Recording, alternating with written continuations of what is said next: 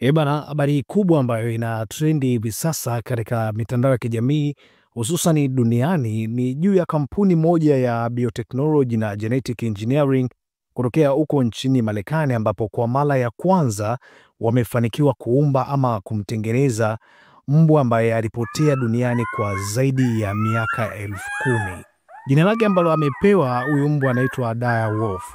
Kama ulikuwa ujui ni hivi, dire wolf ni aina ya mbwa mwitu ambao waliwahi kuishi Amerika kwa miaka 10,000 iliyopita, ambapo walipotea kwa pamoja na wanyama wengine wakubwa, na mabaki yao ya mifupa yalibaki katika sehemu kama ya historia ya taifa hilo. Sasa utajiulizwa, hawa viumbe wameumbwaje? Ngoja nianze na wewe bana, moja kwa moja. Tukaanzia ile mwaka 2024 ambapo wanasayansi kutoka Colossal Bioscience waligundua DNA za wanyama kutoka kwenye mifupa ya wanyama ambao waliishi kwenye range almost kama miaka 11,000 hadi 72,000 ambayo imepita. Sasa kwa kutumia DNA hiyo hiyo wameweza kudecode na reprint ya DNA ya dire wolf, ambapo wamechukua DNA ya grey wolf ambaye ndiye yupo hivi sasa na kuidecode ambayo jini hiyo iweze kufanana na dire wolf alipotea kwa miaka 10,000. Nadhani itakuwa inakuchanganya kidogo, lakini kwa watu wa science nadhani itakuwa ni rahisi, kwa sababu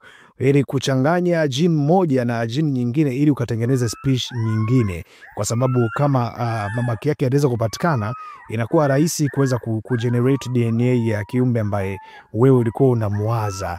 Sasa kisha wakatumia mbwa kawaida na kuwapandikiza ambao ni surrogate mothers, na kuwapandikiza ile mbegu ili baadaye ije kutoa matunda, ambapo Oktoba mwaka jana dire wolf hao walizaliwa, ambapo walipewa jina la Romulus na Remus. Sasa ndani ya miezi 6 pekee mbwa hao washakuwa wakubwa kweli kweli, ambapo wanadaiwa kuwa na urefu wa futi 4 na uzito wa kilogram 36.2. Mimi naamini kuna binadamu pia ni watu wazima na kilo zao ni hizi, wengine ni 40, wengine ni 30. Sasa wa mbwa wana uzito wa kilogram 36 na urefu wa futi 4. Hapo nakukumbusha tu ni ndani ya miezi 6 pekee. Sijajua itakuwaje ndani ya mwaka mmoja ama muendelezo hapo. Sasa kitu kikubwa ambacho walikuwa wamekizania ni kuwa watakuwa rafiki na watu ambao walikuwa wamewalea, lakini imekuja kuwa tofauti kabisa. Baada tu kuanza kuwajenga na wakaanza kujiepusha kabisa na mazingira ya kibinadamu, yani wakaanza kukaa mbali kabisa na binadamu. Kwa hiyo wameshindwa kumatch na maisha ya kibinadamu au kuwatengeneza kuwa rafiki wa binadamu kama ambavyo imefanyika kwa simba na wanyama wengine. Kampuni iliyoumba inasema kuwa haya ni maendeleo ya sayansi na biotechnology duniani, na inapanga kutengeneza na kurejesha viumbe wengine wengi ambao wamepotea mpaka hivi sasa duniani. Tutatambua kuna madinoso, kuna viumbe wengine ambao ni wakubwa zaidi ambao walitaja kuwepo katika ulimwengu, lakini hivi sasa wamedaiwa kutoweka. Watu wamelipokea jambo hili kwa tofauti kabisa, wengine wakihofia kutengenezwa kwa viumbe hatari ambavyo viliwahi kuishi duniani na kupotea, kama ambao nimekuambia hapo before, kama mfano dinozo.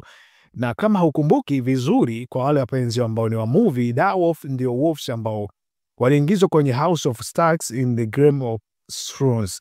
Nadhani watu wengi wanapenda kuita GOT, Game of Thrones. Nadhani watu wengi kama ni mpenzi wa kuangalia movie, nadhani utakuwa unalifahamu hili swala, ambapo wale walitengenezwa ili kumechi walisia wa miaka hiyo kama graphics. Lakini sasa hivi madaktari wa